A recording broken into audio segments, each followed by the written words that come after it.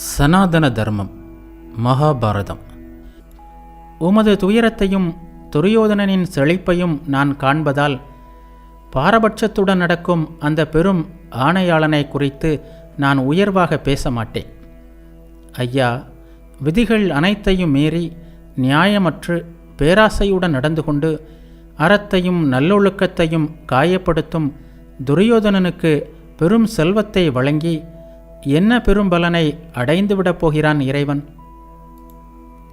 ஒரு செயலின் பலன் செய்தவனை மட்டுமே தொடரும், மற்றவனை தொடராது என்றால் நிச்சயமாக செய்யப்படும் ஒவ்வொரு செயலாலும் ஏற்படும் பாவத்தால் கடவுளே கரைபடுகிறான்.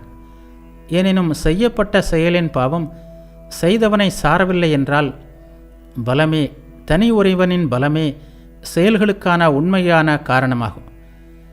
இது கடவுள் இல்லை என்றாகிவிடும். நான் பலமற்றவர்களுக்காக வருந்துகிறேன் என்றாள் திரௌபதி. சனாதன தர்மம். மகாபாரதம். யுதிஷ்டிரர் சொன்னார், ஓ திரௌபதி, உனது பேச்சு மென்மையானதாக அற்புதம் நிறைந்த சொல் தொடர்கள் கொண்டதாக இருக்கிறது. நாங்கள் அதை கவனமாக கேட்டோம். எனினும் நீ நாத்திகர்களின் மொழியில் பேசுகிறாய். எனது செயல்களுக்கான பலனை எதிர்பார்த்து நான் செயல்படுவதில்லை. கொடுப்பது எனது கடமை ஆகையால் நான் கொடுக்கிறேன்.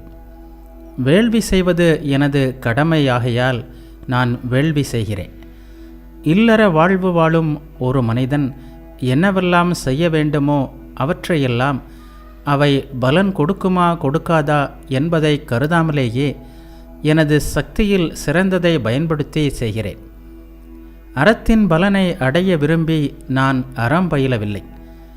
வேதத்தின் விதிகளை மீறி நடக்கக்கூடாது என்று கருதியும் நல்லவர்கள் மற்றும் ஞானமுள்ளவர்களின் நடத்தையை கண்டுமே நான் அறம் பயில்கிறேன்.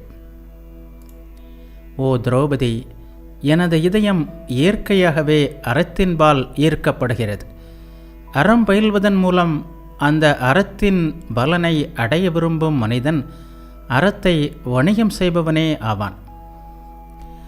அறச்செயல்கள் செய்த பிறகு அதன் பலன் குறித்து சந்தேகப்படும் பாவ மனம் கொண்டவனுக்கு அவனது ஐயத்தின் காரணமாகவே அந்த பலன் கிடைக்காது.